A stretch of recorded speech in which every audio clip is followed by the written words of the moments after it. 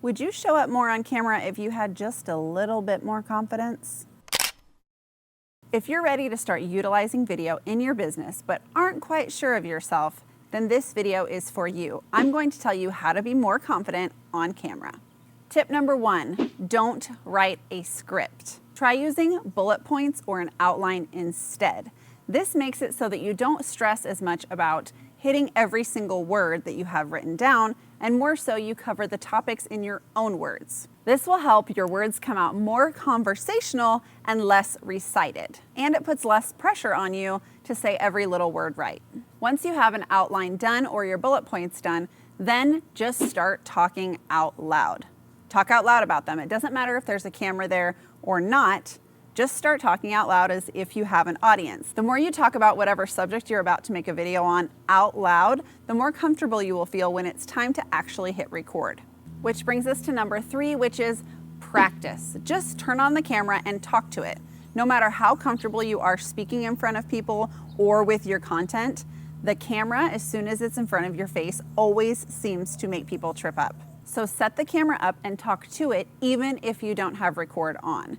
Or if it helps you, then you can hit the record button and continue talking to it, and then just throw the footage away when you're finished. Number 4 is to look your best. Now, looking your best means something different for every single person. If you aren't a person who gets all dolled up and wears lipstick and all of that, then don't do it on video. However you look and feel is going to be portrayed on video. If you feel more confident wearing fake lashes or having your hair done, then do it. At the same time, if you feel uncomfortable in some fancy outfit, don't wear it. You don't need to look any certain kind of way. You just need to look however you feel best so that your confidence shines through.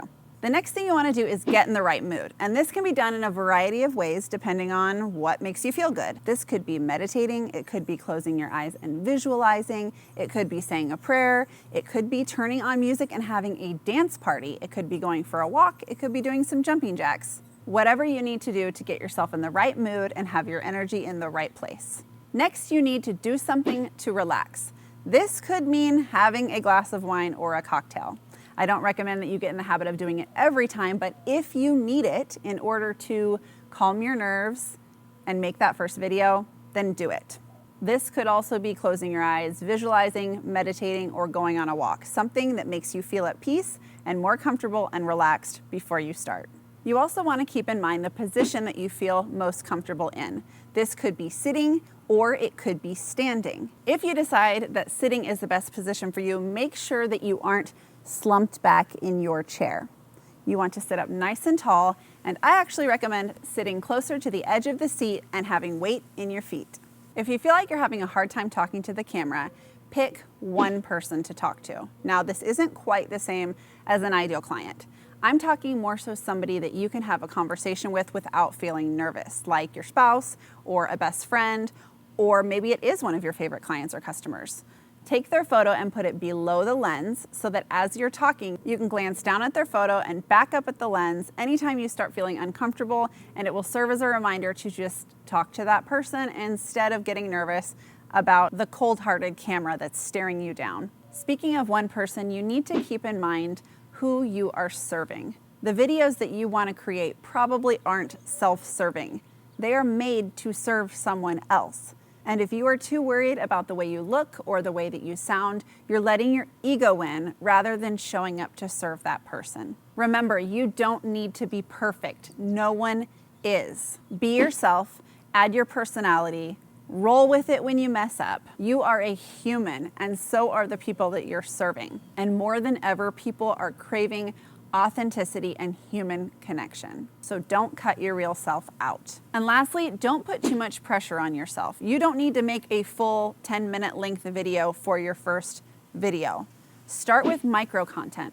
Start with Instagram Reels. They're only 15 to 30 seconds long, and they're meant to be silly and fun. And if putting short videos permanently in your feed scares you, then start with Instagram Stories. They disappear after 24 hours, and no one expects them to be perfect or polished. This takes practice, and the more you do it, the more comfortable you will feel. You don't need confidence to get started. You gain confidence by just doing it. The more you do it, the more comfortable you feel, and the more confidence you will have. If you want to learn how to create high quality video using only your iPhone, I highly recommend watching this video next. If you like this video, hit that like button and don't forget to subscribe and hit the bell notifications so that you get notified every time I put out a new video. In the comments below, let me know which tip you found most valuable, and if you have a friend struggling to show up on video, please share this video with them. I'll see you in the next video.